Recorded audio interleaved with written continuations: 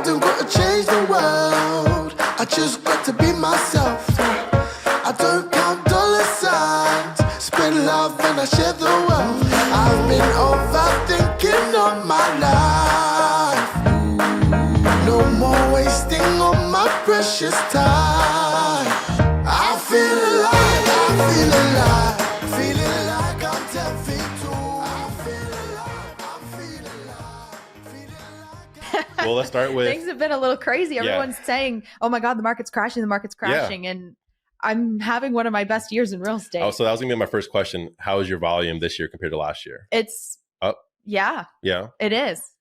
I'm about my volume now with what I have pending and what I'm closing out. Now it's the end of September. Mm-hmm. I'm close to where I ended the year last year. Really? Yeah. That's crazy. So everyone's like, the market's crashing. I'm like, I don't know what market you guys are talking about. That's but we really talk good. about that with our business a lot, about micro markets. Right. So when you talk about the market as a whole, some people do take it nationwide, but the market in St. Pete is so different from Tampa. And then there's South Tampa and there's Riverview and there's Wesley Chapel and there's Clearwater. Like each one of those are so different. Right. So to talk about the market is so hard. Exactly. It's like which one?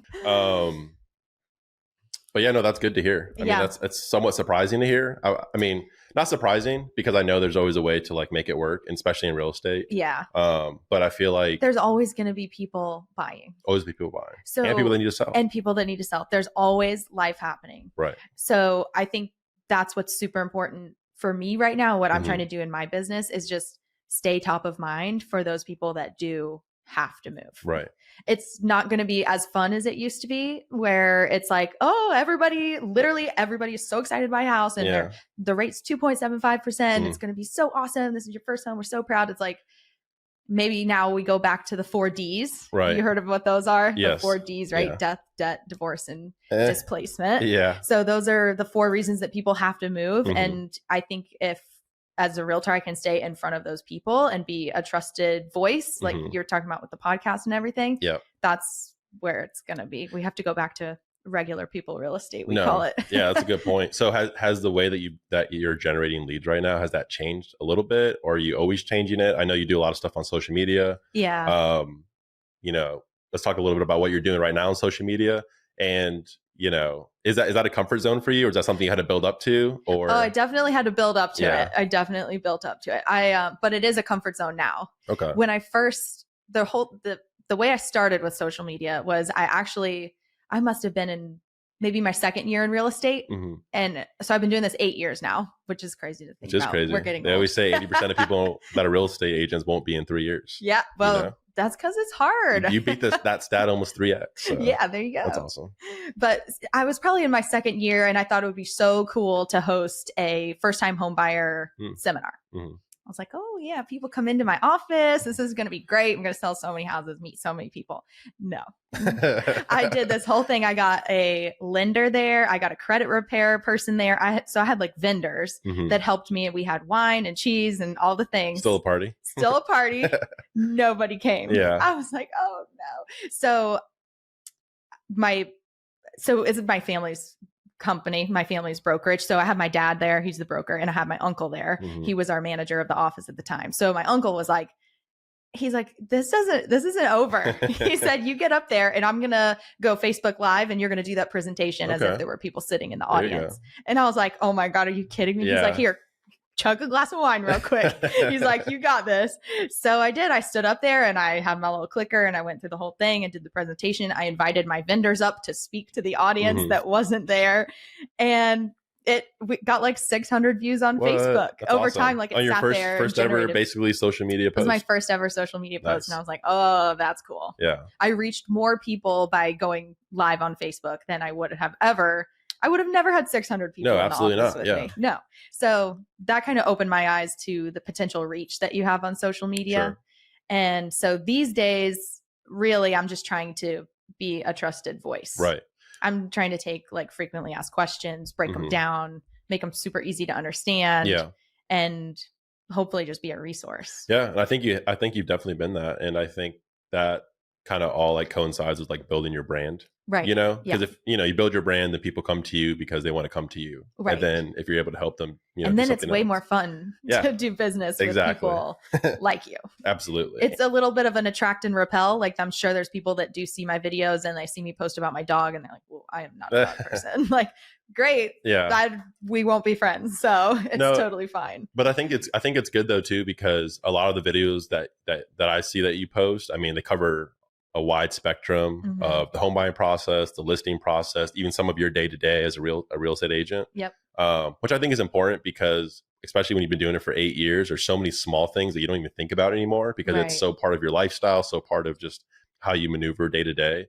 That that you focusing in on it for the social media purpose, probably still like provide some gems for people that are coming up. Yeah. Helps them to understand whether they're following me because they want to be a realtor or they're following me to get to know me, to do business with me in the future. Exactly. I think it helps. It definitely helps. It helps to show, the behind the scenes of the business, how you get it going, and then also a little bit of personal so people get to know you. Yeah, sure. Yeah. Exactly. In this day and age, we always we follow people on social media just because it's fun to follow along. It is fun and it's addicting. You're just like scrolling. But and I think too, what's a positive associate, or there's many positives, but a positive that I've seen lately is just educational content. Yeah. It seems like everybody is kind of attracted to that, you know, because I think we're just always attracted to try to learning like the new hack or the trick. Or exactly. How do we get there faster? Yeah.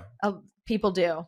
They hang on to that. Yeah. I mean, whenever you learn a little bit about something, I feel like you're always shocked to know that, or I feel like whenever you learn something new, it's always kind of shocking to realize like, oh, okay. Like to do the whole process isn't as hard as I thought, or isn't as many steps as I thought, or whatever the case is.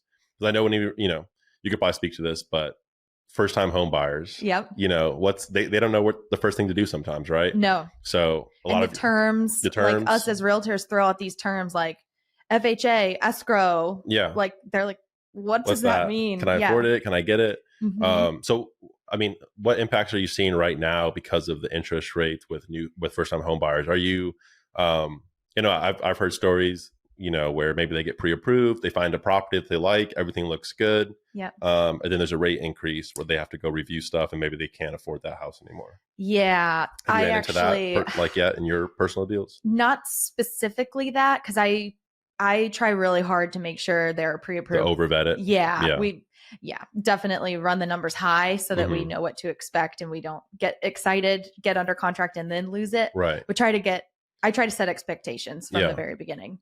But with that, I actually just had a conversation with one of my preferred lenders last week. And it was the first time this year that I had felt that. And I was like, oh, that's what everyone is talking about.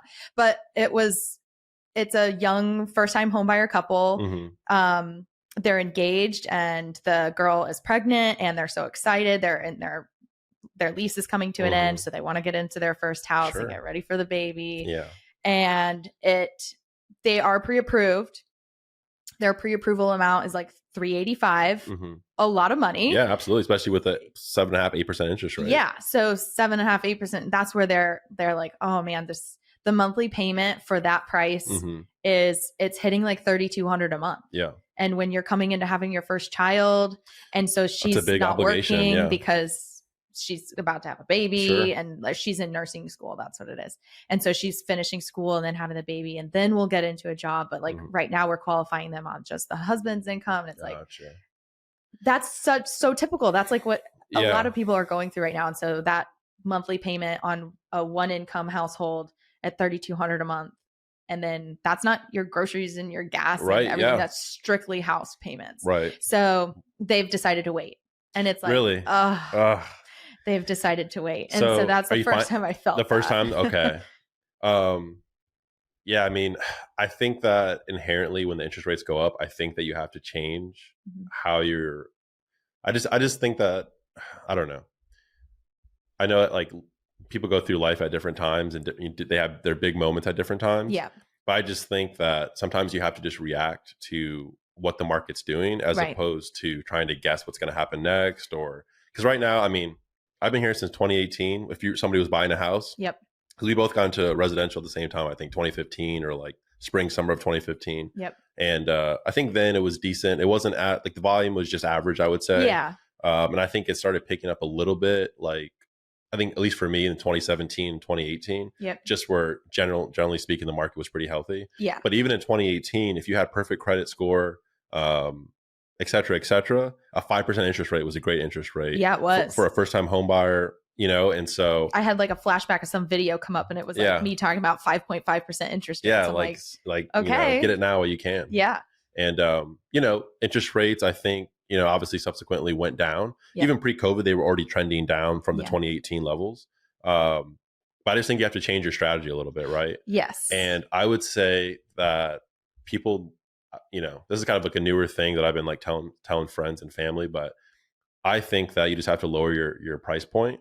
And I think you have to be more open-minded to a value add situation, which in the end is going to help you out anyways. Exactly. You know, because good real estate always appreciates over time. Yes. But at the same time, you don't know what that timing is. Right. Right. Like, you know, for percent return, you know, so the 36%. 30% per year seen in 1 year. Like, that's not normal. Yeah. It's not going to be like that. And every we can't year. expect that. Right. Exactly. So, but they're saying 3 to 5% appreciation even from this year to next year is still going to happen. Yeah. So I think that's almost like natural inflation. So, and, you know, real estate's one of the few assets that kind of grows with inflation, so to speak. Right. And so I just think that, you know, if you're looking at a sub 400K, you know, price point, maybe look at maybe a 250 price point or even 200. And sure, it may not be turnkey comparative speaking, but at the same especially time, in our market. Especially in our market. Whew, that'll be a doozy. Yeah. But what people can do is, you know, I know in your scenario, we're talking about a one income getting approved as one income. Right. But other individuals that are trying to get approved as, you know, a double income. House home. Yeah. So even if you use the example of $50,000 a year and you have two household income. Yep. So 100K total, you'll get approved for 150, 200K loan. Yep. Right. Just a loan in general, not even necessarily a mortgage, but a loan. Right. And so what I think individuals should be doing is go that route, go find a house for 200, 250, because then what you can do after you purchase that property, whether it's foreclosure or it's just even listed on the market, it's just a rundown property. Yep. Now you have the collateral of that property. Right. So now you go back to the bank and you go get an $80,000 loan for your value add and your property is your collateral. Right. So now you're guaranteed to get approved for 2 separate loans. Yep. Right. And then at that point, maybe, you know, now you own real estate and you can make it how you want it. Right. And if you have to leave in 1 year, there's a good chance that you will actually leave with 30% equity because of how much value you added, as opposed to buying that 385 house. Yep. You know, absolutely. And a lot of people can afford to do that. And that's kind of like, you know, I've recently got involved with a construction company, and that's kind of like what our marketing is going to be throughout the Q4 of this year, then into next year. Nice. Is just teaching realtors and home buyers different ways to make a property purchase. Yeah, exactly. Get creative. Yeah. Because at this point, again, the standard a 385 house for you know, a young family, that's reasonable. It should be reasonable, but obviously in this climate it just isn't per se. And so like you said, you don't want to be house poor. Right. Yep. So I know that's what is keeping a lot of people from buying homes right now, is the house poor aspect, because then not only are they paying $3,000 a month, but they need to come up with a down payment and they need to come up with closing costs. Yep. And a lot of first-time homebuyers don't know that those are even 2 separate things to begin with, and what are closing costs and everything. So it's interesting, but there's also some loan products out there that we've learned about lately that are super helpful to buyers. I'm actually working with a couple right now, first-time home buyers. They're going through Suncoast Credit Union, and the credit union is offering $3,000 towards their closing costs, a 10-1 adjustable rate mortgage at a 6.75% interest rate. Oh, wow. That's great. That's great. And the closing cost, the 3,000 figure, might seem small. It's obviously big, but it can also seem small in whatever context. But the reason why it's so big is because that's a cash. That's a cash contribution that you're getting. Right. So that can help your pre-approval odds. We got the sellers to pay the rest of the buyer's closing costs. There you go. The sellers are contributing $10,000. So they're getting $13,000 to go towards their down payment and their closing costs. Which is cool because, again, when the market was hot, you don't have those situations. No, so we can get a little more creative, and the sellers are helping buyers out now. Because the sellers have all this equity that they can use, and it's not coming out of the seller's pocket per se. Yes, it comes away from their proceeds, but it's not coming out of their pocket. So it Right. doesn't hurt quite as much. No, that's awesome. And Suncoast is great. I know that they're popular here in the Bay Area for car loans and whatnot. But Yep. But they were good. So yeah, first time home buyer. I know Grow Financial has another one that's a 3-1 adjustable rate mortgage with a 5.5% interest rate now. Yeah, you can't beat that because you can't beat that. It's 3-1, so in 3 years, but like 5.5%. I mean, you're saving hundreds of dollars on your monthly payment, which is huge because even that savings of hundreds of dollars for 3 years could, even if interest rates don't go down, now you have a little piggy bank to kind of offset increased expenses. So what are you seeing on the pre-approval side for taxes? Because that's one thing I feel like lenders, I mean, if they're really doing their due diligence, it could actually kill a deal. Yes. And so I know that they want to be responsible about it, but obviously they don't want to kill their deal. So that's where I come in because I don't like to go under contract and then have it canceled. Right. So I make sure that they know what their estimated taxes are going to be before we even write the offer. Okay. Because have you gone back and seen how accurate that's been like a year later on some of your closings? No, actually, I haven't. Because that'd be interesting stat just to be, even when you're talking to future home buyers, be like, hey, I mean, I was within 5%, pretty good. Right. Yeah. I just go, the county itself has a tax estimator on the website. So I'll plug in the address and if it's going to be their primary residence, I check that it'll be homesteaded. Okay. It's probably pretty accurate then if you're using that calculator. Yeah. Hopefully. But sometimes I feel like porting your taxes too, if you do currently own a home right now and you got it set as your primary residence, you can port your taxes to the new house and port your savings. So that helps. So I do plug all those things in. I like to be, like I said, I set expectations. You're on it. Yeah. But taxes are a big deal. Huge deal. They're increasing. And so is insurance. Yeah. Insurance. There's like an insurance crisis right now. It's really, I know. It's not the great. insurance thing is tricky, because they're just trying to hedge against, what could happen sometimes instead of it's a combination of what has happened and what could happen. Right. But that's why I think parts of St. Pete are going to be in trouble. Yeah. That's really why people can't afford to live in parts of St. Pete, which is kind of funny because St. Pete doesn't have that many like deed restricted neighborhoods. Right. And so it's kind of the offset, right? It's like, do I live in an HOA with $300, $500 a month, HOA payment? Or do I have flood insurance? Flood insurance that could be $400, $500, $600 a month. Yep. Or more. Exactly. Which is crazy to think about. Yeah. So flood insurance and your taxes. Just regular homeowners insurance. Yeah, flood and homeowners. Yeah, which both are going up. I think flood actually over the last couple of years, just going off my flood bills, have actually been pretty constant. So like going down a little bit. Good. Are you with a private carrier?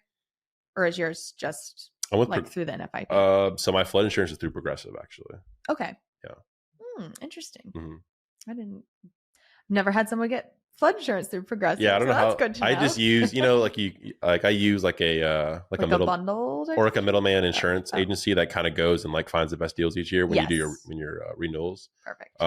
Yeah, I always forget that I have Progressive flood insurance until I get the mail, and I'm like, I always think like the mail is like some ad or something, right? And then I'm like, oh man, this is my flood insurance policy. Yeah. But yeah, thankfully it's been pretty constant since I moved in. I think it's only went up. In 2.5 years, I think it's only went up maybe $250. That's awesome. Annually. That's awesome. So that's pretty good. How about your taxes? Taxes almost doubled after my first year of reassessment. Yes. But then it actually went down. Yeah. Subsequently to that. I think they were like, oh my goodness, we killed them. Let's help them out a little bit. So actually, like this year's taxes or the taxes I'm supposed to pay in November are actually going to be less than what I paid last year. Good. Which is crazy. That's awesome. But no, taxes are huge. I mean, to see a 40, 50, 60% increase is not uncommon. And the reason why it's huge is because when they do their escrow balancing, thankfully, most mortgage companies only do that once a year. Right. If they did it twice a year, it could screw a lot of people up, I think. Yeah. Because, basically if they're doing it once a year, they're going to, take your new payments for flood insurance, your new tax payment, hazard insurance. Yep. I think they factor in your PMI as well if you have that. And then each mortgage company has what they call a minimal threshold of what you have to keep in your account outside of those bills. Yep. Which is somewhat subjective, so to speak. I mean, I'm sure it's reasonable, but if they're like, oh, we require 20% or 10%, whatever it is. Right. But in any case, a lot of times when you get, these higher insurance policies and updated assessments, you could be short $1,000, $2,000, $3,000 in your escrow account. Yep. And so you either have to write a check to your mortgage company, or they'll annualize that, maybe over add a it to your year, payments. add it to your payments. And then now you thought you had a fixed interest rate Right. at $3,000 a month. And now year 2, you're paying $3,200 a month. Exactly. So, and it obviously can keep going up. So it's tough. It is tough. It's tough, but I think once you're in it and you do it a little bit, you just get comfortable. You get comfortable, and you see the value because you see the equity that you're building in your home. Yeah. You see what other homes are selling for around you, and you're like, oh, thank goodness I bought what I did. Absolutely. Well, that's why I think if you can't, so I think for the people that are sitting on the sidelines, either waiting for a better day or a better time to buy, I don't think that makes a lot of sense. Yeah. Because you're just wasting opportunity to make equity along the way. Exactly. I would just say, don't look at it as your dream home. Right. Or even as your preferred home. I would just look at it as a home. And in a lot of cases, get into the market. Just get into the market, and it depends on, a lot of people. Or find creative options to get the house. Yeah, exactly. And there's a lot of creative options right now. A lot of people have been talking about the Airbnb market. Yep. Because there's been a lot of just coverage on that. I think a little bit of it has been overblown. Just speaking from my Airbnb. Yeah, I would love to hear about your Airbnb experience, because people ask me about this all the time. And then some parts allow Airbnbs and some don't. And how do you find out which ones do and don't? So you just have to really look up the zoning and look up the city or county restrictions. Okay. I know in the city of St. Pete, in most areas is technically illegal. Right. They're working on that. I think what's probably going to happen is there's going to be a license that you can pay for. It's probably going to be a one-time license that will be significant. Or if that doesn't get passed, it'll be, an annual fee. Okay.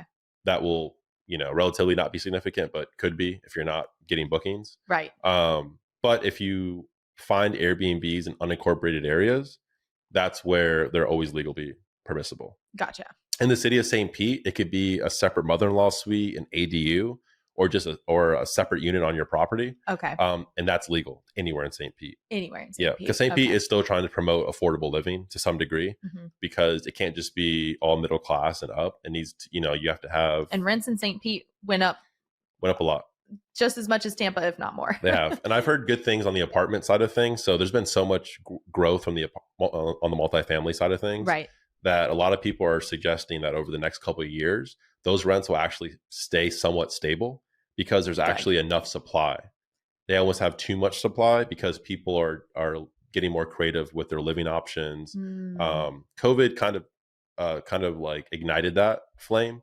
But I think because of the cost of living, people, even if you can afford a Class A apartment, maybe you move into a Class B apartment, still fairly nice, still has decent amenities, simply because now you have more disposable income for other things you want to do. Right. Right.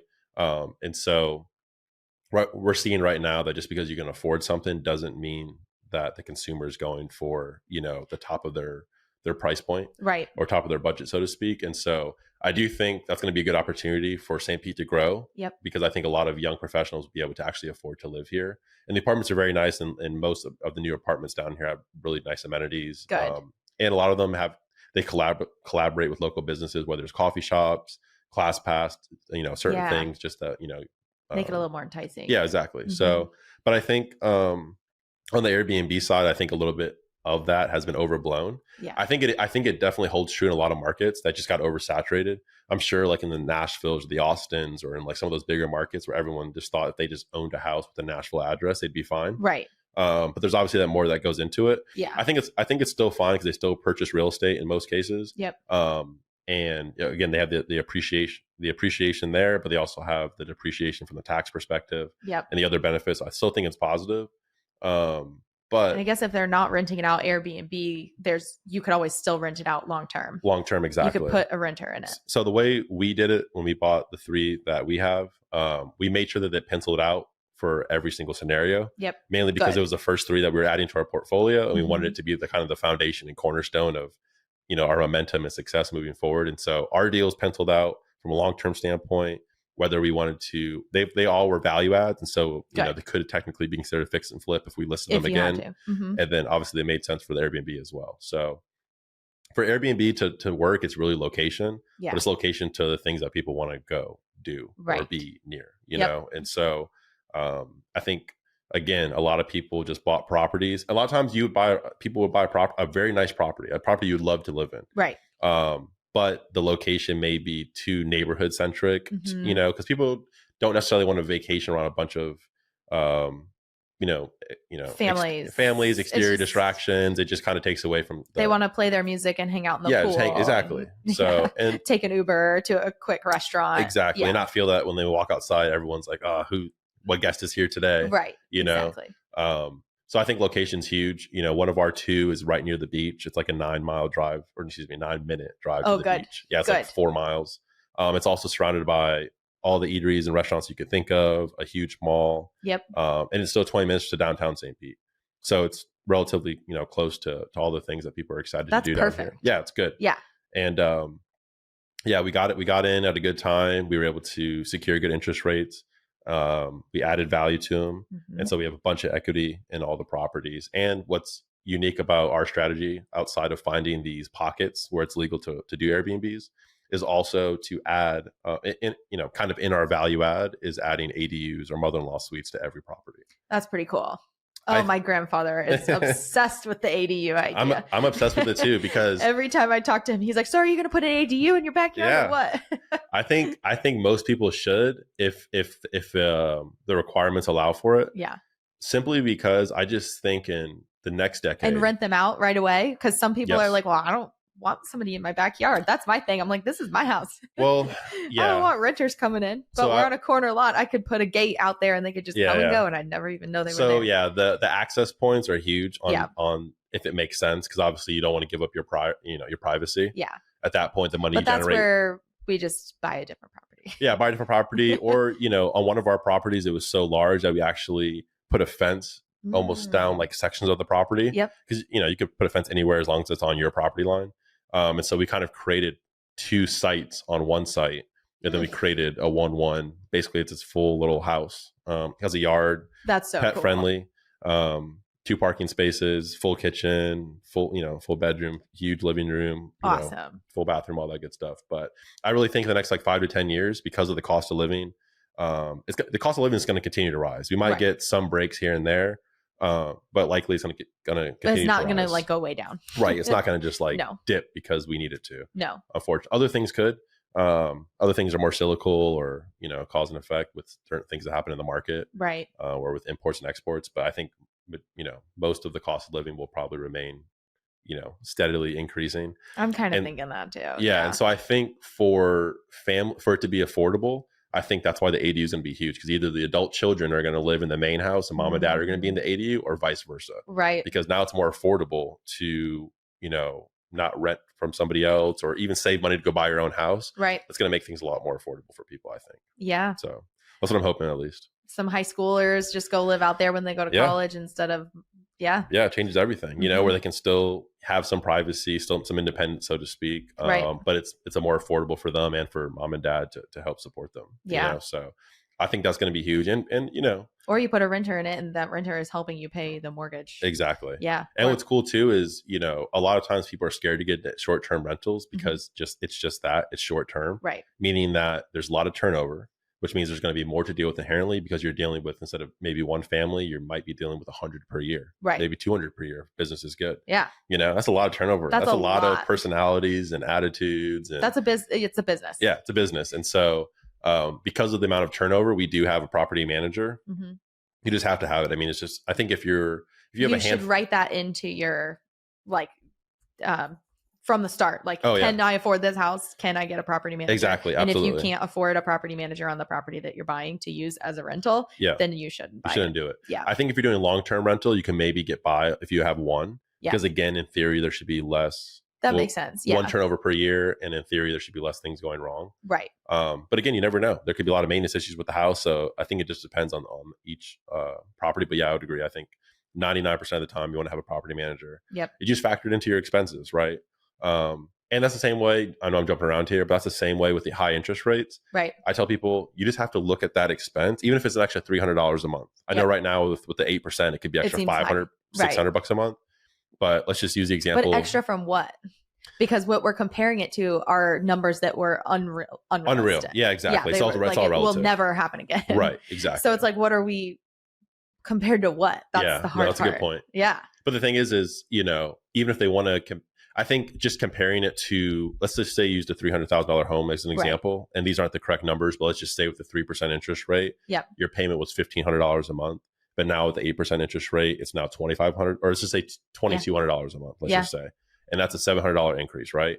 So I just think that could be 2 car payments for a couple. 2 car payments, right? Yeah. But I think that's how you have to think of things, right? So you have to say, okay, 700 is pretty steep.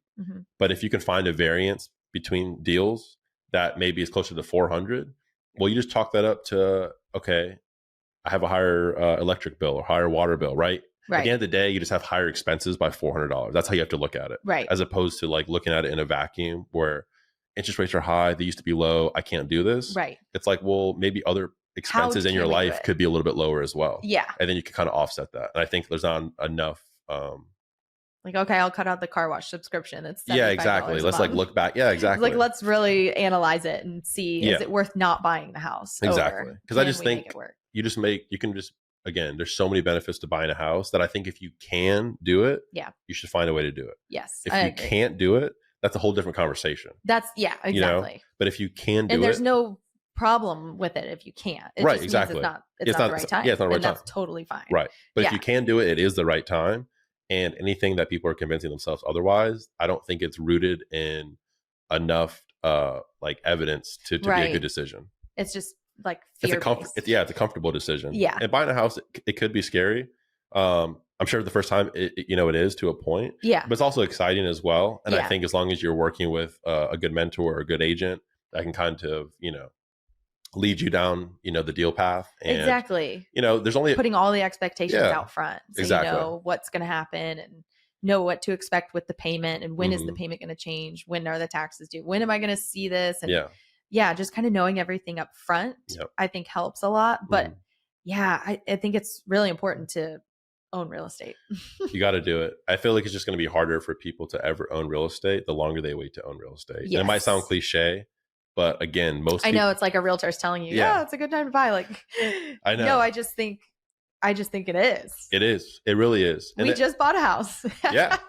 I think it's a great time to buy. That's what I'm saying. What I think is powerful, because I know you posted a little bit about that, and it's, you're doing what you literally just bought a house a couple weeks ago in this environment where most people are scared to do it. So, and we only did it because we got an adjustable rate mortgage and we're so excited. And people, I mean, as long as you're knowledgeable about the adjustable rate, you know what to expect, when it could adjust, what it could adjust to, and the expectations are set from the beginning, right? Then it's not as scary. And you can plan for it, right? You can plan for it. You can plan for it. And the thing is in 3 years, even if the interest rates are worse or the same, the property value will go up. The property value will go up. And if you had to, we're doing one of those value add things too. So the property is going to go way up with the value. If we sold it at the end of this year, we'd if for some reason we had to sell the house, we're in a position where there's going to be equity in it. Right. So we just felt comfortable all around doing it. Which makes sense. And again, hopefully interest rates do come down. Right. And then at that point, you can refinance. Into a lower rate. A lower rate. And you have the option of taking out some of that equity to put towards your next investment. Exactly. Which is what's wonderful about real estate. Love it. There's so many reasons. Untaxed income, by the way. Yes. And, if you bought a house a couple years ago with let's say a 2.7 interest rate, you're just not refinancing, or you have to basically wait for your home to appreciate to refinance. Right. So if you bought a house and it's a 2.75 interest rate, it may not appreciate in 6 months or 12 months enough for you to refinance. Right. Right. And I don't know. Basically, there is still like some waiting game to be played. And so because interest rates are high, it's like you're supposed to wait a couple years anyways. Right. To get the biggest bang for your buck, unless you're just an investor that's just trying to recycle that same money as quick as possible. And then that's a different game. Yeah, different game. But average, they say 2 to 3 years. You hold on to your house for at least 2 to 3 years and you're going to see some sort of return. I mean, I feel like it's hard to see a return less than $60,000, $70,000 if we're talking about a 3-year period. Yeah. A lot of times it's more than that. Yep. That's substantial. Yeah, it is. That's so substantial. Yeah. And that's why it just takes one house and it could dramatically change your family's trajectory, savings. Yep. To save $60,000 with the cost of living right now is incredible. Exactly. And I get it. That's why most people are probably scared outside of just the unknowns of buying a house if they've never done that before. Right. It's probably, and it can be scary. It's a huge financial investment. Yeah. Probably the top 3 you'll do in your life. Yeah, exactly. So, but it has so many benefits. Like when we bought our house in 2019. mm-hmm. And so this was before we were in a multiple offer situation when we bought our house. Mm-hmm. It was before COVID, but it was just in a really good location. Sure. So it was the market was still decent at that time. Yeah, the market was still decent. We were able to, when the rates did drop, mm-hmm. pull money out of the house. So we used our equity mm-hmm. and we ended up paying down student loans with that money. And we saved like $400 a month, even though we pulled money out. Sure. So we got lucky with the low interest rates, but we would have never had that option if we didn't have a house that we could pull money from. Exactly. It just gives you another option. Yeah. And the equity that you're building your house can almost act as a piggy bank or a savings account mm-hmm. if you're having trouble saving with the income that you're generating from, your job. Exactly. Right. So there's a lender that we work with. His name is Frank, and he's going to be so excited that I'm talking about this. What's up, Frank? Yeah. Shout out. But he has this way that he likes to do his business where he starts with first time home buyers, mm-hmm. gets them into their house. Okay. And then you stay in that house for 1 year, and then you use that house to buy your next house. Yep. So whether he doesn't like to sell real estate. He wants you to hold on to it, and mm-hmm. he wants you to borrow against the house and use that money to go buy another house. Sure. And then put a renter in your first one. Mm-hmm. So the renter is paying your mortgage, mm-hmm. and now you're moving on to your next house. And then one day you pull money out of that and you go get the next one. You put a new renter in it, and you just build this portfolio. But it all starts by buying the first house. Gotta buy the first one. And he's like, if the first home is a 3.5% down payment and an FHA loan, it's like, do what you got to do to get the first house, but get the first house. Get the first one. Yeah. No, it's so huge. And even now, I know when people are vetting out deals, even from the investment side of things, the first thing that they pencil out is, does it make sense for a long-term rental? Right. And a lot of times it doesn't in the 8% interest rate market. Right. With investors, it's definitely changed. But again, they're looking at it from an ROI standpoint, or from a cash flow standpoint, excuse me. Right. Right. But at the end of the day, if you just have somebody paying down your debt, mm-hmm. even if you're not profiting from it, you're still profiting from it. You're still profiting from it. So 100%. And then again, you're building you're building equity in the property that again you could pull out and put on another deal. Yep. And then when it does make sense for long-term rental, you do that. Or again, you go the short-term rental option if it's legal. And if it's not, you can always do in any jurisdiction a midterm rental, which is becoming hotter and hotter right now. But a lot of people don't know about it because it isn't really fancy. Yeah, people only know about Airbnb. I've never really talked about midterm to anybody. Yeah. What is that? 6 months, 9 months? So a midterm rental is basically at least 30 days. Typically, it's 3 to 6 months. I would have thought that was short term. No, short term is under 30 days. Interesting. Yeah. Okay. So basically, the stipulation for most jurisdictions that don't allow short term rentals is that you can't have more than 2 per year that are under 30 days. Yep. You can have as many 30-day or more stays. Most, even apartments that you can, or condos that you can buy, some of them have leasing restrictions where you have to live there for 12 months before you can lease. Right. Or you have to have, or it can only be midterm or long-term rentals, not short-term. There's always, different stipulations. But yeah, the midterm rental market is really propped up by traveling nurses and traveling professionals like accountants, mm-hmm. lawyers, and stuff like that. Yep. And they pay good money. They pay above market rents. So it's not like you're just getting a long-term rate for a short period of time. You're getting typically 30-40% above what a long-term rental rate would be. And then it's more consistent than a short-term rental mm-hmm. inherently, but obviously on a per night basis, it's going to be a little bit lower, but it's still way higher on a per night basis than a long-term rental would be. Right. If you rented something out at $2,500 a month and you break that down, compared to a midterm rental where maybe you can command that same property $45,000 to $5,000 per month. Wow. That's a big difference. Yeah. And a lot of times either the families themselves, basically you coordinate the booking with them. Mm-hmm. There's obviously different like websites and different platforms that kind of connect landlords with these guests. Okay. But you can also, sometimes the health systems will actually do the booking, for them. If they want to put a couple, for instance, they might want to put 2 or 3 nurses in the same property because the property is big enough, multiple access points, enough bathrooms, enough space for everybody. Wow. The nurses themselves have already put themselves into a pool where, they'd be okay with that living scenario. Right. But in that case, you might have 3 professionals in one property. And so they're going to say, okay, it's reasonable that, each professional has a budget of $1,500 to $2,000 per month. Right. So now you have 3 professionals, you're getting $6,000 for that property. Wow. Yeah. That's crazy. So right now when people are freaking out about Airbnbs, people are trying to, I think we're going to see more supply come on market. But again, it's all relative in our market because things go so quick under certain price points. Right. But relatively speaking, you're going to see some of these Airbnbs come on the market because A, they're either getting caught because they were already doing it in a legal spot anyways. Right.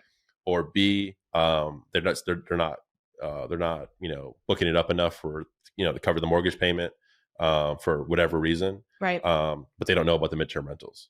So that is interesting. Yeah, it's something that it's tough though in Florida with Airbnbs because it's so seasonal. Yeah. Right. If you have a good location, it could be more consistent. Like if you have a beach location, you're close to downtown, close to an airport, close to Busch Gardens, you'll be more consistent, so to speak. Yeah. But the actual season is really the Q4 and then Q1, right? So it's really all the holidays, football season, whether it's college or pro. Right. Then the startup of hockey season.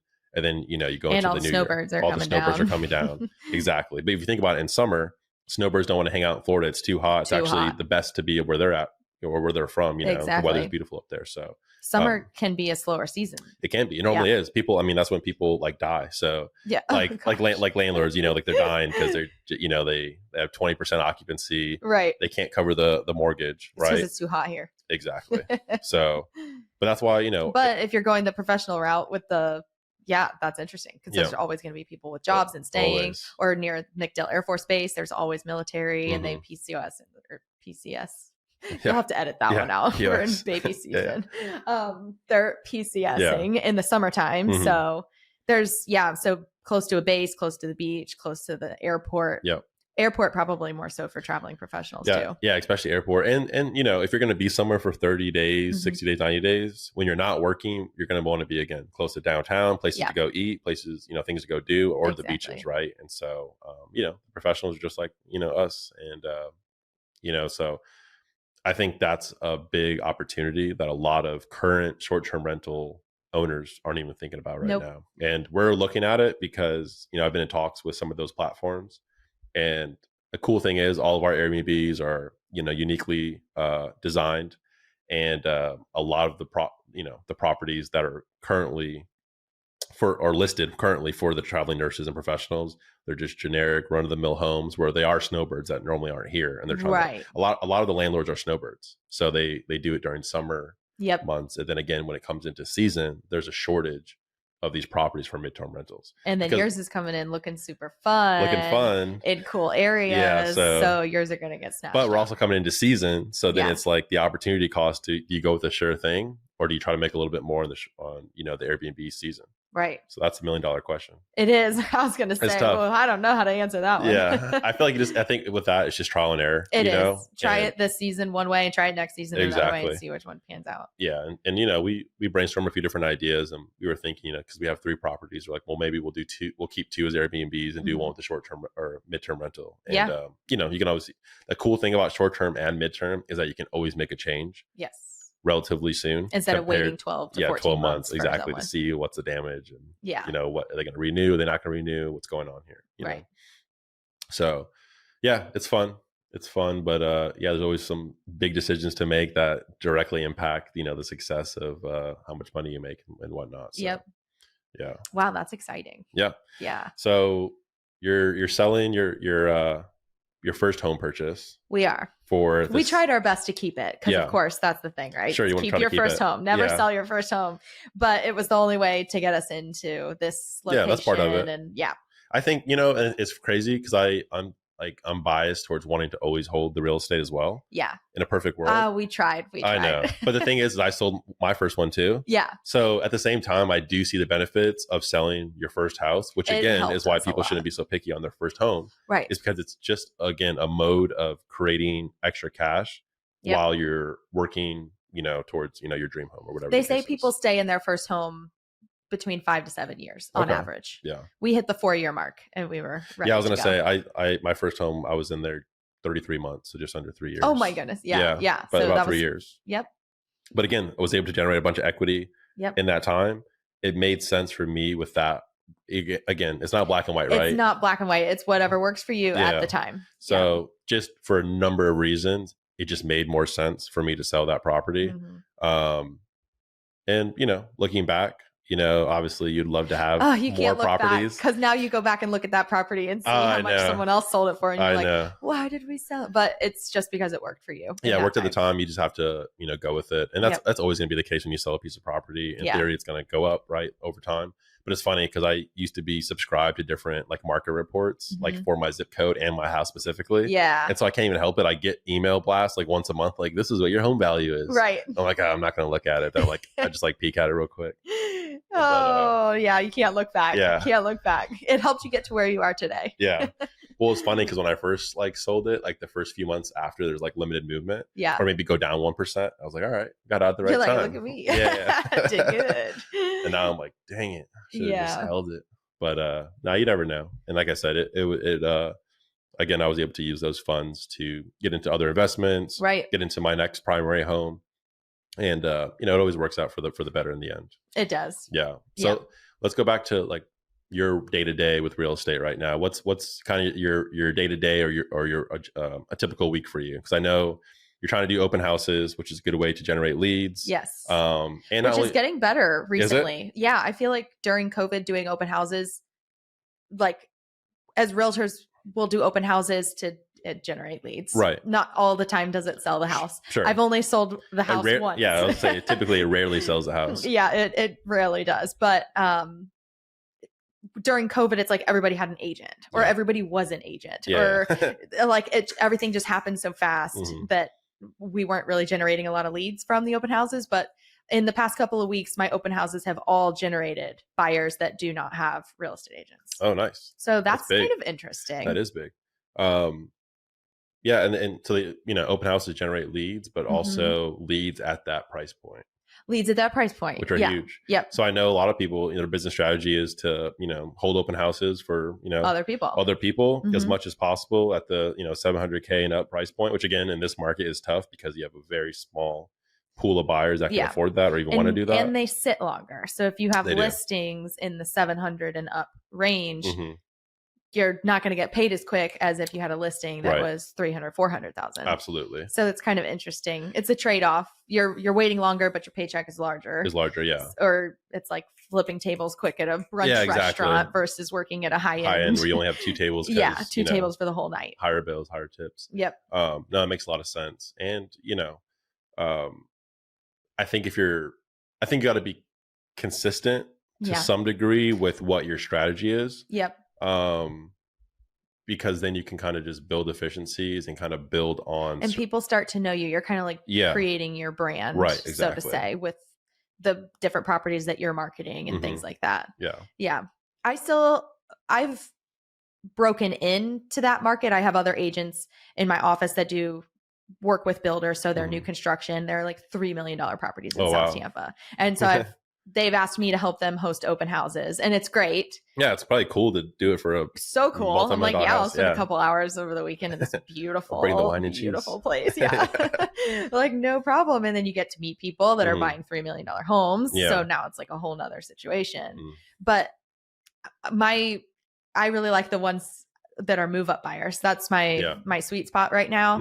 When I first started, I was really focusing on first time home buyers because I was a first time home buyer. Yeah, they were just like me. So now I'm moving up. You just moved up. So now you're going to work. Yeah. That makes so now sense. I want to work with my ideal client is somebody who is selling their first home and buying their second. Right. And now I'm helping them with 2 transactions with just one client. Yeah. So that's really great. Yeah. But yeah, someone who's having a baby and moving up and they have to sell their house. That's kind of where my sweet spot is right now. And then those homes are selling quickly because they're probably priced in the $400,000 to $500,000 range that they're selling. And then they're taking the equity from that and they're buying a $600,000-$700,000 home. Right. So still a really good price point, but they're also in their 30s, just like I am. They're young professionals. We've got a lot in common. Yeah. So it's interesting too, because even if you get, you know, like you say, a move up buyer to where you're getting, you know, the listing and the sale, that's essentially $1 million buyer at that point. Oh yeah. You know, absolutely. so you're still getting that bigger check, but maybe quicker, like doing this way. So, right. No, that's cool. What, And I guess even for those 600, 700 price points, is Mhm. that still fairly fluid right now? Are they just putting larger down payments to offset what their monthly payment would be? Are Yep. these cash? Are the or Some how of many them are cash buyers are you working with cash. right now? Where the deals 100% cash? That's a good question. I'm trying to go through my Yeah. pipeline now and see what's going on. You know what? VA buyers are coming back. Okay. I just closed a VA loan in St. Pete. I have a VA buyer on my listing. So those are coming out of the woodworks. I Mhm. don't have a lot of cash right now. They're financing. Okay. Yeah. Which is crazy. I know. I mean, People are still finding a way. But at the same time, if you're financing $3, $4, $500,000 for 8%, Right. I mean, that's a lot of money. Yeah. That's more money than most people may ever have in cash liquid at their disposal, Right. even in their life. Exactly. And they're saying, hey, I'll give this to you for 8%. I mean, credit cards are higher than 8%, most Right. of them, Exactly. so it's, I saw a reel about that the other day. Did I was like, ooh, I got to make one of those. Yeah. Yeah, let's talk about that. So the content that you're creating, Mhm. where are you drawing inspiration? Is that just you being creative with everything you're doing? Or have you went to any social or any of the conferences or networking events? Have they had like a guru talk about social media, the do's and don'ts? I do follow this guy. He's Neil Home. You've probably seen him. I've seen him. Yeah, he's a mortgage guy. Okay. And he did a class, not even like a class, like a whole situation where Mhm. I paid money to be part of his organization. And Okay. there's a Zoom call every 2 weeks where he goes over what's new in Instagram, Mhm. how to deal with it. Like, here's some new trends to follow. So I do that, and he's got this portal, and he talks about lighting and microphones and all this stuff. Yeah. So I totally did that. I paid for that, Mhm. which helped a lot. Yeah. Learn how to put captions on the videos because a lot of people watch the videos without the sound because maybe their kids are in the They're at room work or whatever, like, or they're at work and not yeah. supposed to be on their phone. So I put captions on everything that it's I a big post thing now. on my stories and my videos because I know that some people, I watch probably, it without sound. I mean, I don't know if you look at the stats, but I mean, you're probably getting more views when you do that too. Yeah, just like because people hang naturally. on because they can read it instead of, oh, I can't hear them, I'm just going to swipe. Right. So I have learned a lot from following different people on social media, learning Nice. how to do it. Yeah. I mean, so it brings up another question too, because especially when you get into real estate, I felt like when I first got into it, I felt like everyone was emailing me and calling me about spending more money that in theory was going to help my business. Right. And so I know like kind of navigating that in the beginning is like is crucial, knowing what things will actually provide value, what things could provide value, but maybe not for a beginner, maybe down the line. Right. Because it's hard for you to kind of distinguish. And so it seems like this is one of those that was one of those expenses things that for paid off a me little bit. that paid off. Yeah, because I learned a lot from it. Good. But as far as buying leads go, I don't buy leads. Yeah. I just learn how to use the products to attract buyers my own way. Yeah. And I really think it is me creating value that people can learn from. So they start to learn who I am and they start to trust me. Yeah. And then they send me a DM and they're like, hey, I saw this video. Like, I had this question, and we break it down. I'm like, let's grab coffee sometime. Yeah. And sometimes I'll bring in my preferred mortgage lender. I'm like, hey, I've got my mortgage lender with me. Like, we'll put a whole game plan together. They're like, okay, cool. That's the thing, trying to get any kind of sales is just trying to get in front of that person in person and, like, as soon as possible. Yes. Because then they can meet you, know you, start to like love you. Then you put a face to the name. Yeah, put a face to the name, start building trust. Yep. They start, seeing what you're about. And then when you start answering questions, it just becomes more natural of a process for them to, exactly, kind of let you in, so to speak. No, that's good. So that's what I like social for that reason, because they get to know me and they reach out to me when they're comfortable. Yeah. Yeah. And then we're friends. Yeah, you're friends. Yeah. And now you're just like, all right, you better buy from me. Yeah. And they know my dog's name. And then they're like, oh, come over, see my dog. You want to come meet my dog? Yeah. We live right around the corner from here. I'm like, okay, you go play with the dog. Yeah. Like, you're creating genuine relationships with people and you're attracting people that are like you.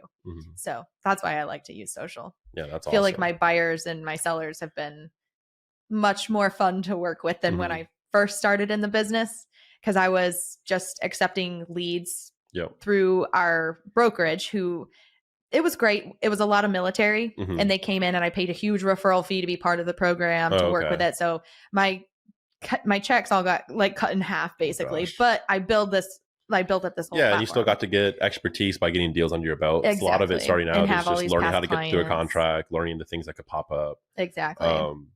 So that was good, but I feel like I have genuine relationships with my clients now versus then, because now they know me before they talk to me. Sure. And it's great too, because you got into it so young that they're going to have so many move up buyers inherently, you know, through the rest of your life of working in real estate. Yeah. You know, now I get to grow with them. Go with them. Right. Yeah. It's not like, oh, we're empty nesters now, or oh, we're, you know, we're grandparents, but we have a lot of grandkids. We got to move back up again. Yeah. You know, like now the grandkids got to buy houses. Yeah. Like, I feel like real estate never ends. It never ends. And that's why building your brand is so like crucial.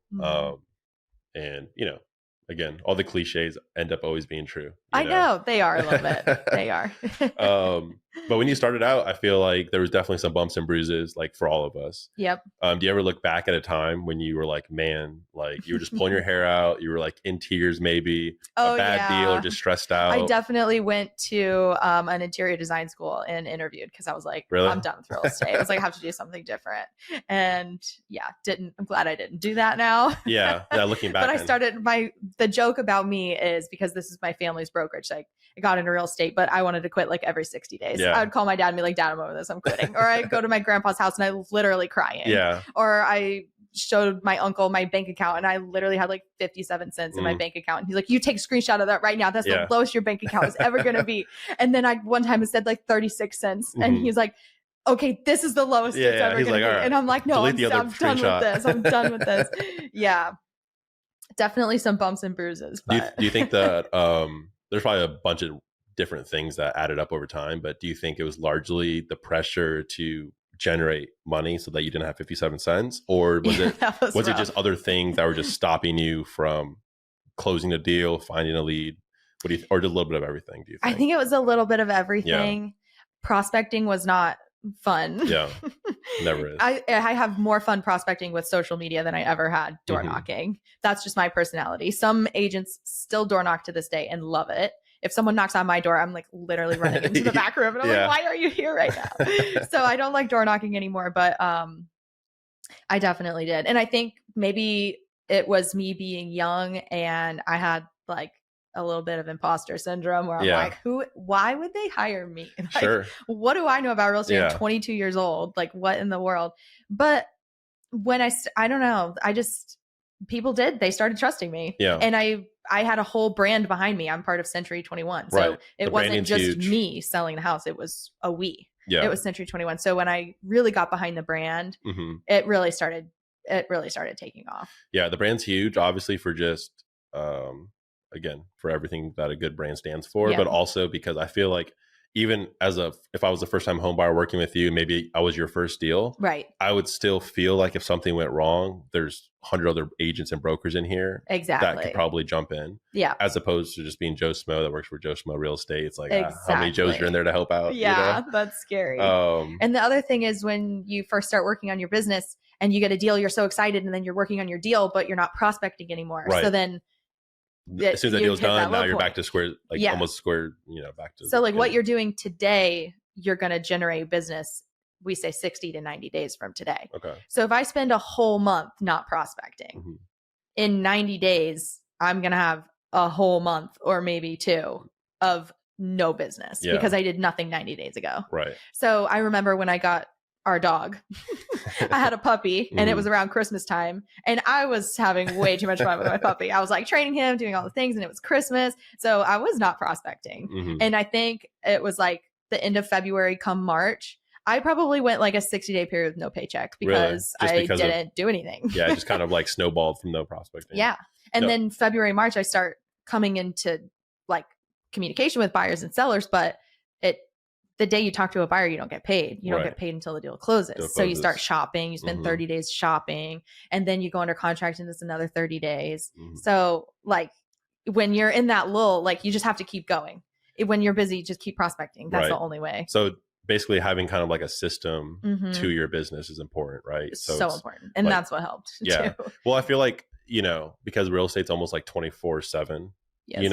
I mean, it kind of. I roll my eyes. I love it. But yes, it's definitely nonstop. But the part that's 24/7 is the client side, right? Yes. So if the client reaches out or a new client or new prospect, so that's the portion I think that's 24/7. Right. But everything else, really the admin side of things or even some business development isn't 24/7. No. And so that's where you can be like, okay, I start my day or midday or at the end of every Tuesday and Thursday, I do A, B, and C, you know, Right. to where you can create efficiencies with those things to where, you know, that's kind of like your constants where, you know, like the client part of your job is 24/7.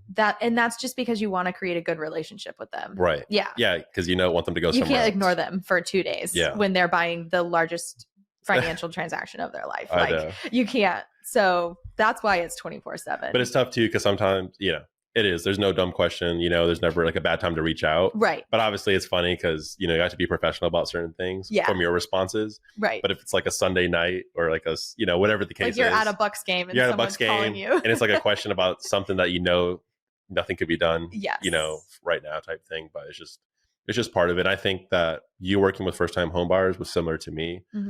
Most of my transactions, probably 90% of them were first time home buyers or just on the buy side of things. Yep. Which I enjoyed because I felt like I was buying it with them. Right.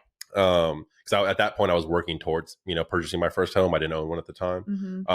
But, you know, I looked at every deal like I was the buyer. If they didn't like it, I didn't like it either. Yep. As opposed to, you know, when you have a listing, inherently you have to somewhat sell that property. Yep. Or try to.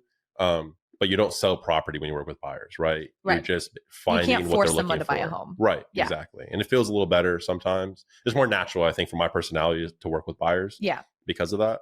But I mean, one of the frustrations I had is even if family or close friends knew that you're a real estate agent, Yes. they would validate going with somebody else, not because that they provided more expertise, but because they might have been closer in the family tree or friend tree. Right. Or I want to support, you know, my nephew or my cousin who just got into real estate. Yep. That's all valid. Yep. Right. But at the same time, if this is one of the biggest transactions you make in your life financially, you want to make sure that that person is an expert. Right. And going back to how you felt, how you were saying in your first couple of years, you had the imposter syndrome. Yep. But at the end of the day, whenever you put on a professional hat, people just expect that you have the expertise for that profession. Exactly. They don't know if you've been doing it for 2 months or 20 years necessarily, unless they just and when they ask you is when they have doubt. Exactly. If they never ask you, they're not doubting. They assume you're good. Yeah. Right. And, you know, sometimes you'll probably talk to other people just in a natural conversation, knowing that they might be working with somebody else. But again, for whatever reason, you guys are talking about their deal or whatever, and they're telling you what's going on with their agent. Right. You know, and you can hear certain things that you'd be like, oh, well, they should have told you this, or I would have advised you this way. Because I mean, you're basically a lawyer for real estate at that point, right? You're basically advising your client on how not to get screwed from the contract. Yep. And don't make a hasty decision simply because you have a lack of patience for finding a good deal. Because that's what it is. I think a lot of times you get your emotions into the deal. Definitely. You know, and you could probably speak to it for the house you just purchased. Even knowing everything you know, I'm sure that there were still some emotions involved when it got close to... I say I'm a much better realtor than I am a client. Because it's tough. It's tough because you start envisioning, you know, the dog in the yard and the renovations you want to do here. And, I met a neighbor when I went to the open house and they're really nice and I could see, you know, so you just start piecing together, you know, your future in that home. So exactly what you need to do to even know it's the right purchase. Yep. But when you have an expert on your side, they're going to walk you through it and show you some of the imperfections that you may not be seeing, just to make sure you're knowledgeable of the whole picture, not just how exciting it is. Like we got to look at okay, is there mold? Is there is the roof good? Is there a foundation issue? Oh, there's termite damage. Yeah, look at this giant crack in the stucco outside. Like we're not buying this. Yeah. So it's definitely important to have someone by your side. Yeah, it makes a big difference. But no, I mean, people don't know how long you've been doing something. I always say that, you know, so it's a luxury, but it also comes with a lot of responsibility to obviously maintain, you know, their confidence, you know? Yeah. So, but no, that's exciting. So any outside of the one deal you mentioned, any other pending deals that you're, you know, either close to getting under contract from a listing perspective or any cool, or fun stories with buyers? Some fun stories with buyers. I'm sure I have a lot of those. I have to think back. I think I have 4 under contract right now. Oh, wow. That's good. Yeah. And it's good. It's good. I just sold one in St. Pete. He's a VA buyer and it's just, there's so many ways to do real estate. Like it's just so different. So anyways, he allowed the sellers to stay in their home. Okay. And for 60 days. So that they could then go buy their next home. So everything's so flexible in real estate. But so he just moved in last week. So that's super exciting. He loves it. And I just sold a 2-acre piece of property out in Lithia, and it has a mobile home on it. It's all updated. I think I saw you post that. Yeah. What did that end up selling for officially? List price. Really? In 2 days. Oh, Yeah. wow. And we had 3 offers. People want land right now. They want land. Yeah. I want some land right now. It was a hot commodity. Yeah. So that's my next purchase. We just got through inspections on that one, and that one's going Nice. good. And yeah, I'm trying to think of some fun stories. Well, those are fun stories, you know? They're all successful. Everybody's doing great. Yeah, success stories are fun. They're so that's success good. stories. I have a pool home in St. Pete, and that one just got under contract, so that's exciting. Nice. So St. Pete's still fluid. It's going good. It's going good. Nice. Yeah. No issues with appraisals coming in below or having any issues with that? I haven't run into that yet. Yeah. That's good. Yep. But those are one of those where I set expectations from the very beginning. Yeah. Because I've been there where they appraise. I had one, actually, it was like a frame house versus block. And the frame was the exact same size as the block home, updates everything. It appraised $100,000 less because it was frame. Really? Yeah. So highly recommend buying block homes. Yeah. Block is good. And St. Pete's unique too, because a lot of them are combos. Well, it'll be block or a block base almost, and then the rest of the home is frame. Yep. So yeah, like the first story is block, and then the second story is frame.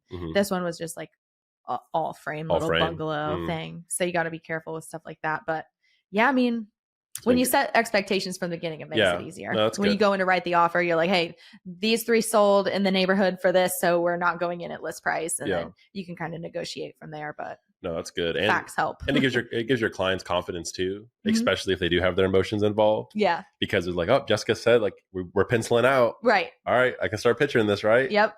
Exactly. No, that's awesome. That's awesome. So what about, so you just bought this house for yourself. Yep. You're doing some value add work before you guys officially move in. That's exciting. Yep. So you get to have the holidays basically in the new home if everything works out. That's the plan. So you guys going to host Christmas this year? Or New Year's. New Year's? Oh yeah, that's your best one. Right? Yeah, that's awesome. All right, we're going to do an anniversary housewarming New Year's party. Okay. So be there. All right, I will be there. That's awesome. Yeah, that's the plan. Okay. Very exciting. Very exciting. We're very excited. We love it because we got into it's a really good neighborhood. Yeah. Yeah. Good neighborhood. You're close to everything you want to be close to. We love South Tampa. Yeah. We thought about moving to the suburbs. We're just not ready for the suburbs. Yeah. No, South Tampa's perfect. I mean, South Tampa to St. Pete, I mean, that whole radius is just, it's everywhere you need to be in Tampa. All the best spots, best restaurants, breweries. Within 20, 30 minutes. Yeah, 20, 30 minutes. Beaches, not too far. All the professional sports. So this is a great time. So what, I mean, is this, I don't know if this is your dream home, but do you see yourself here for a considerable amount of time? We're probably here, I say 7 to 10 years. Okay, I was going to say, is this like a 10-year move? Yeah, ideally? Yeah. That's crazy to think about. I mean, imagine being 40 10 years from now. I know. Oh, God. But this house will be worth it. Oh, absolutely. For 40. Yeah, I could see us there when we're 40. It's pretty cool. But could see us in something bigger as we get older. Because this one's still only 1,800 square feet. Yeah, that's decent. This is a good size though. This house is 1,800. This one is. Yeah. So it's it's comfortable. Yeah. But obviously it's all about utility, right? Yeah. A car can be comfortable, but if you have 5 or 6 bodies, you might need an SUV, right? So, right. Exactly. So obviously that's a huge purchase. Are you still interested in doing other investments, whether it's on the rental side with real estate, or even like have you looked into small businesses? I would love to. I started following that girl. Yeah. I think you told Cody me Sanchez? about her, Cody Sanchez. Yeah, I started following her. Oh my God. Every time I drive past a laundromat, all I can think of is, one day. So yeah, I do think about it. But now we've used the money that I would have used to buy a business to buy this house. Sure. But we got such a good price on this house. It was off market. We honestly just got so lucky. Yeah, it was meant to be. Being in real estate, I know developers. One of our developer partners got a phone call and they were like, hey, you want to come buy this tear down? Yeah. And the developer's like, hey, Jess, come I think you and Zach should go buy this house. It's not a tear down. And now that we're doing work, we're like, is it a tear down? I don't know. Yeah. You're like, maybe could have been. But we got such a good price on it that I know in the next couple of years, like, I know we can pull money out and use that house. Allocate it towards investments or whatever the case is. Yeah. Another house that we can rent out, do the Airbnb thing or buy a business. I know that this house will provide so much more than just a home. Yeah, it will. We'll be able to pull which is money awesome. out That's why it's such a good opportunity. Yeah. kudos to you to, realizing that it was an opportunity. Yeah. Thank you. And that's the right one. Cause that's it's tough. hard to look past it. Yeah. Yeah. It's a tough decision It's a lot of because I work. know that you were keeping your eyes open, maybe for over a year, Yeah. maybe closer to 2 years if the right opportunity presented itself. So, Yep. You always feel good once the trigger is pulled, but obviously, you don't really have that confidence when you're in the moment sometimes. Yeah. So for you to do that, I mean, I'm happy that you guys did. Thank you. Yeah, we're huge. excited. We're excited. I'm in real estate, so I see past all of it. Yeah. Poor Zach. He's like, what are we doing? He's like, are we good? We good? Yeah, Did it pencil out? Yeah. Yeah, he's the You number said it guy. penciled out. Yeah. And he's like, wait, the roof, what happened? Yeah. Yeah, no. You're like, how do you feel about RV living? Yeah.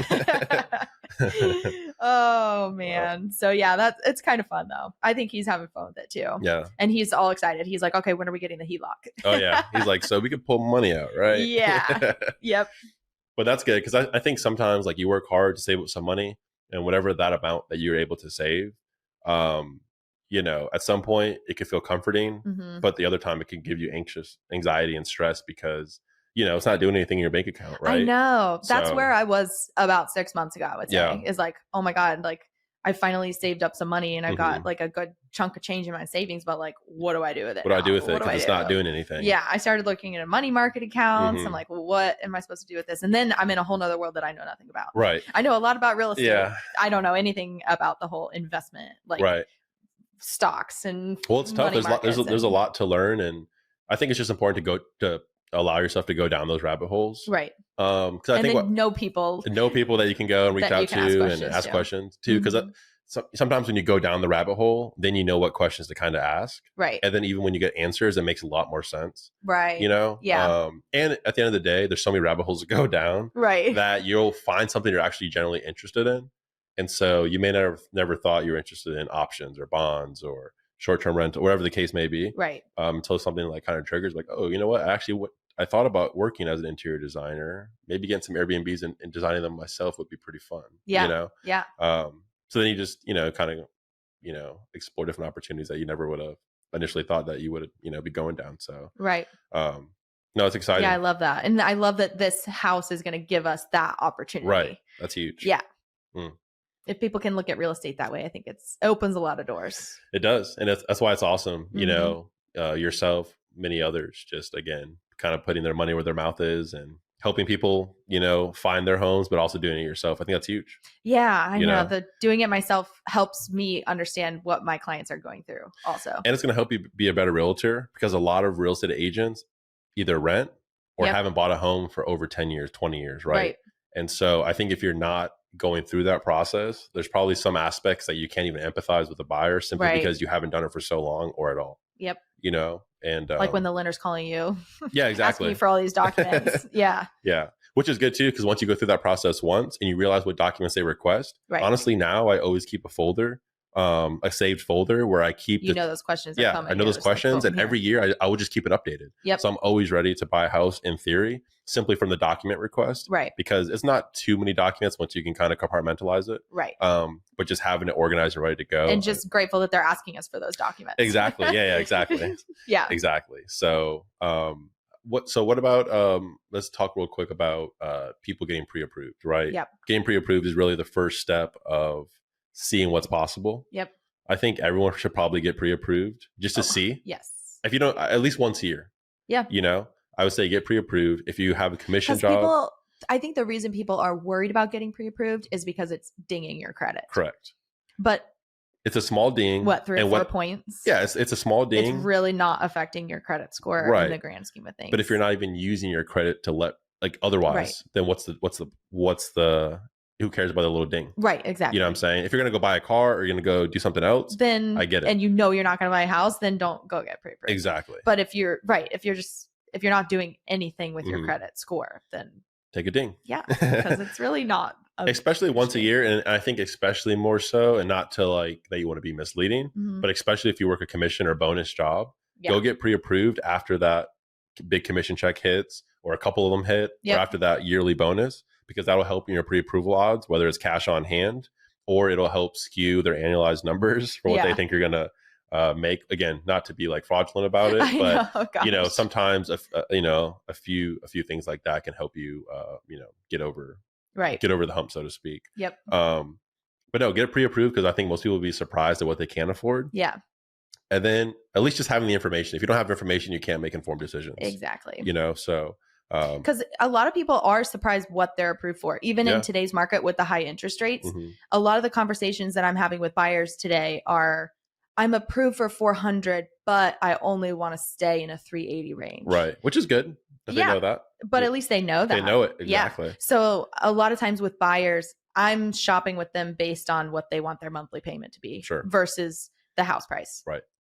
But the buyers lately that I've been working with they're shocked at what they are approved for. I'm approved for 550, but really want to stay in the 475 range. Which is smart too, because obviously it's all relative. The price point is important, but the monthly payment obviously considers all the other things we talked about earlier with the taxes, insurance, PMI if applicable, HOA payments if applicable. Exactly. Whatever the case is. So no, that makes a lot of sense. And but you can't make any decisions until you know your unless numbers. you know. And that's the first thing for anybody out there. That's the first thing you have to do to even for anybody to take you seriously if you want to buy a house, unless you're going to, spend all cash. Right.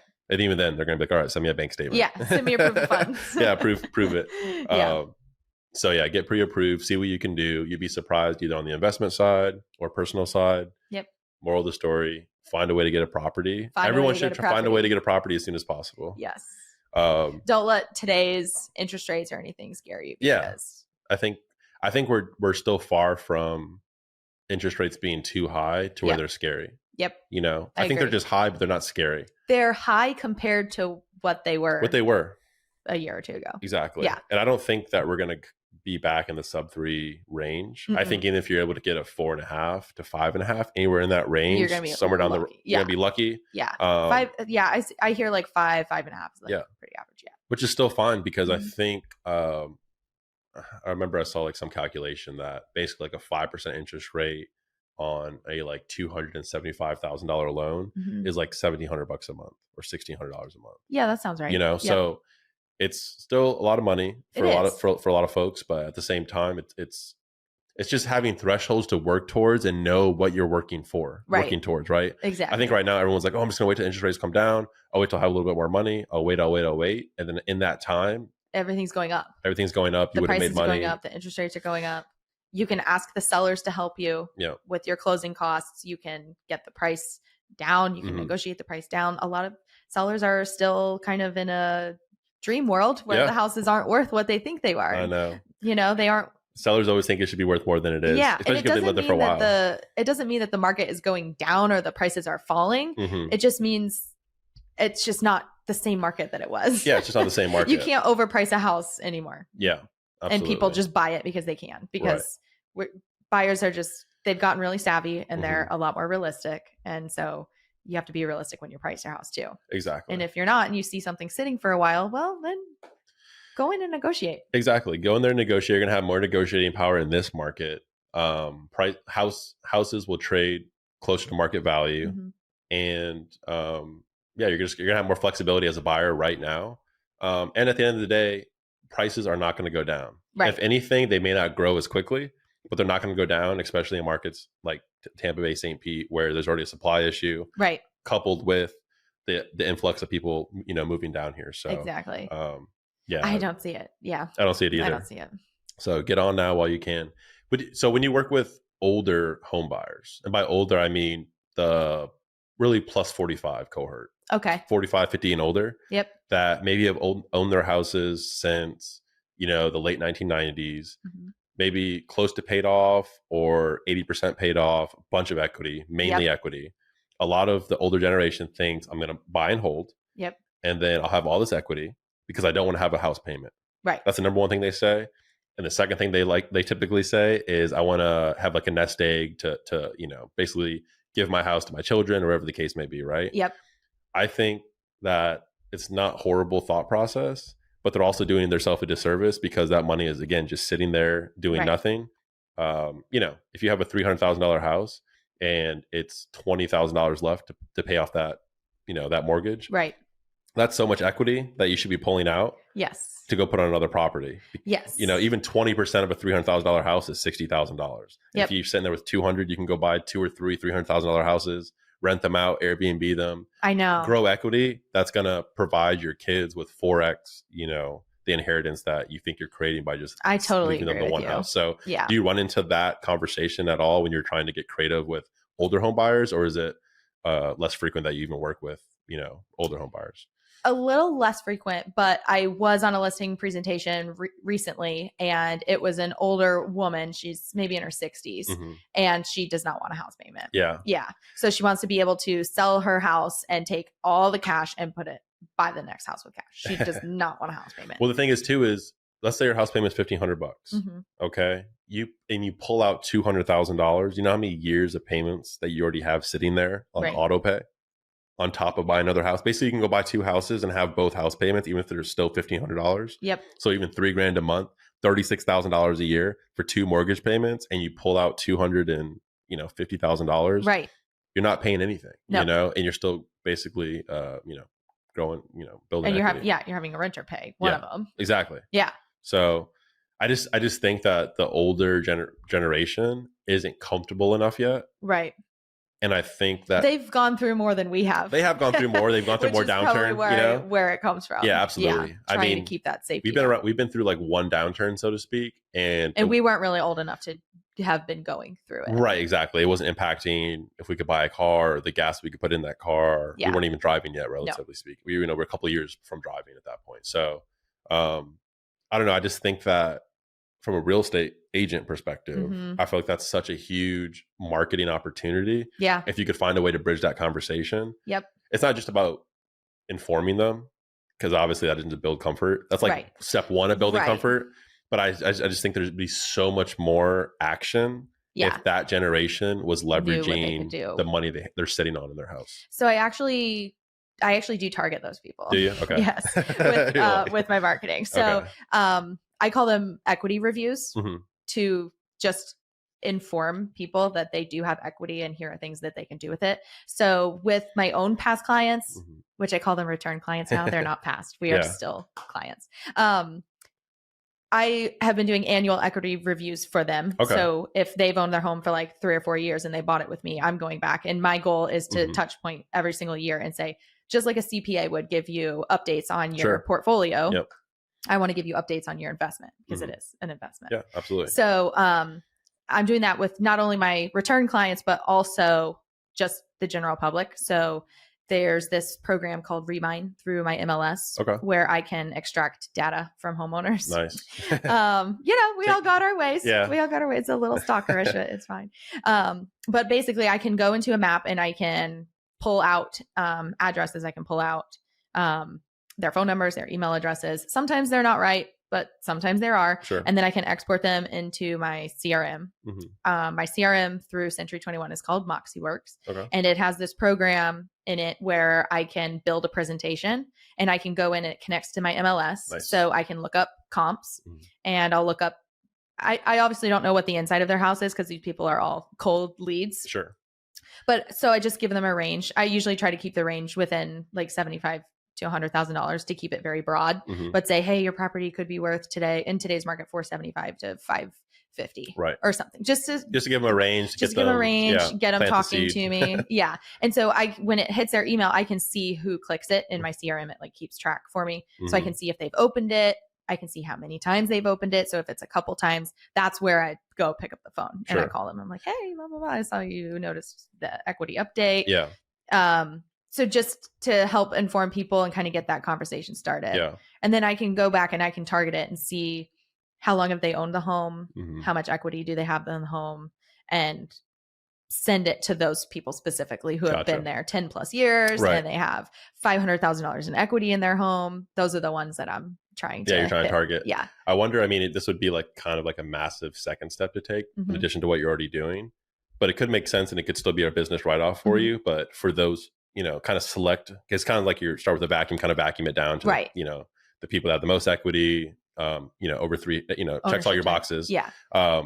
What if you just paid the $300-$400 out of pocket and said, hey, if you allow me to, I'll pay for the appraisal, just so you have a third party, actually have a third party unbiased report. Right. That now we can sit down, go over your equity, and here's the accompanying appraisal. Right. So now if we bring those 2 documents to any lender, or, whatever the case may be, Yep. it's going to be a little bit more streamlined. And if anything, it's going to give them more confidence. Because Right. and the best thing about a refinance or pulling equity out, even if it's to stay in the home or to buy another home, Yep. is you typically get a good deal because at that point it's just perceived market value. Right. It's not actual market value, Right. right? Because somebody's technically not willing to, at that point, pay that price point. Right. But with comps in the area where the market's at, the appraiser is, using his best market support to say, listen, this is what we generally think is market. Right. And I think that's the biggest difference in the refi game is that it's perceived market value as opposed to actual market value when you're talking about a pure transaction. Right. Right. So that's a good point. Yeah. I look at it from either way. A lot of times I'm prospecting for listings, but with the equity review and kind of I'm adding in a video and it's me talking about what you can do with your equity. Right. And some of it is pulling your money out. Yeah. Yeah. So that's where on stuff like that to do marketing, sometimes it's good to partner with a lender because then they have their marketing dollars too. And the both of you can kind of go in on it together. Sure. So there's lots of ways. Yeah. I wonder, do you, I know like from a partnership collaboration standpoint, I know obviously the agents in your brokerage are probably great. I know Century 21 has a great education kind of foundation for new agents, senior agents. I know they do a lot of, the webinars. I see you guys doing webinars and different, kind of networking events to kind of grow your toolbox, but also get in front of your, other market participants, if you will, whether it's lenders, title agencies, again, other brokers, because again, they can help. They can definitely help. The more resources we have, the more we can help the clients. Yeah. Yeah. So, but have you thought of collaborating with more financial like planners? Because financial planners are always reviewing once a year people's 401ks and stuff. Right. And I know, again, the 55, 60, 65, they're freaking out the most because they're seeing their market-based portfolios going down right now. Right, exactly. And so let's just use maybe it would help if they saw that their real estate portfolios are not going down. Exactly. And I think that if you kind of attacked it with their financial, because the financial planner is their financial planner because he's already built that relationship and built trust. Yes. So now you attack that with them. Right. Now it's like they trust you as an extension of the person they've already trusted with their money. That's a really good point. Right. Yeah. And then from there, I mean, even if you have 400K in your 401k and you're 60 years old, well, a 20% market decrease is very possible. Yes. It's probably already happened, but I'm just saying another one is very possible, right? So 20% of 400K, you're going to lose 80 grand, right? Around 20% is the penalty for taking it out early, right? Yeah. But making that back that 80 grand with with the remaining, $320,000 you're taking out, right, is going to be pretty possible because $320,000 will buy you 3-4 houses. Right. And then just, again, not only, but I think taking a step further, right? Yep. Not only going to a financial analyst and finding those clients, right? Even if you talk to 10, you'll probably convert 1 to 2, right? Just statistically, 10, 20%. Yep. And then take it a step further to not only say, yeah, we could take out your 400K or 300K and we can go buy a house. They're like, okay, yeah, I know 300K will probably buy a house, but what's the path? So I think a lot of people just don't have a path. Right. They know that they maybe have the resources. That's not what they do every day. Exactly. They're going to work and they're doing what they're proficient at. Exactly. And they're not thinking about real estate. So sometimes I do think it's our job to kind of interrupt their thoughts. And be like, or just say, hey, these are 3 different possibilities. And then they could take that roadmap and then go down the wormhole themselves at night. Right. Exactly. But they can't go down the wormhole without something, to start with. Exactly. So I think if you could say, hey, you can get 3 houses with this 300 grand for easy conversation's sake. Yep. And we're going to do 2 of these are going to be Airbnb. One's going to be midterm. One's going to be long-term, whatever it is. Yep. This is what your mortgage payment is going to be in these neighborhoods. You're going to cash flow, $4,000 a month, let's just say, between the 3 properties we're going to buy. Right. Right. So that $4,000 every year is going to bring you in 50 grand cash flow on top of the appreciation, which may be even on the low end. Let's just say it appreciates $25,000 per property per year. Right. Right. So now maybe you're appreciating $75,000 in your 3-pack portfolio on top of making 50 grand per year cash flow. Right. Right. So now you're making $125,000 per year. You're doing pretty good. On 3 houses. So that 80 grand hit you took on the $400,000 401k doesn't look too bad anymore. Right. Oh, and if you're still in love with the market, that 320 that you got cashed out, go open up a TD Ameritrade, Charles Schwab, whatever, and go make your own investments. Right. Right. But that's a really good point. Yeah. I need to go buddy up with some financial advisors. That's what I'm saying. I mean, one of the deals that I did recently was similar to that. There was a lady who again, she had a chunk of change in her 401k. Yep. And again, she just kept seeing the market go down. She kept seeing losses and losses. And she's like, man, I'm 59 years old. This is the wrong time to start seeing losses. Right. You know, exactly. on top of all the hoopla they see online and, you know, all the uncertainty, you know. The uncertainty is scary. Yeah, it's super scary, especially, you know, when you're banking on that being your nest egg. Right. So when real estate it's less uncertain. It's less uncertain. You know, it's fluid, but it's less uncertain. The longer you hold on to it, the better it's going to be. Good real estate always appreciates over time. Exactly. You know, so. Exactly. I do know a lady that pulled her money out of her 401k to, she ended up paying off her house because she didn't want the monthly payment, but she's like, I'm just watching it go down and go down and go down. I'm going to put that money into my home because I know that it's going to be safe there. Well, that's the thing. Putting it in something that's not going to go down is huge. It would have been good to maybe buy something else. Sure. Yeah. Maybe when they're 60, 65, they're just not worried about that anymore. Exactly. But that's the thing. And, you know, everyone's going to be different. And everyone will be different. You know, you can't force, you know, what you think is a good idea on their priorities. Right. Right. But yeah, I just think, again, that generation has done a really good job of saving wealth, whether via 401ks or they have a low balance on their mortgage. House forever. Yeah. So I don't know. I wish they had the confidence to know how much they can 3x, 4x, 10x their assets. Because again, they work so hard to have a lot of these individuals have 800 credits or plus. Right.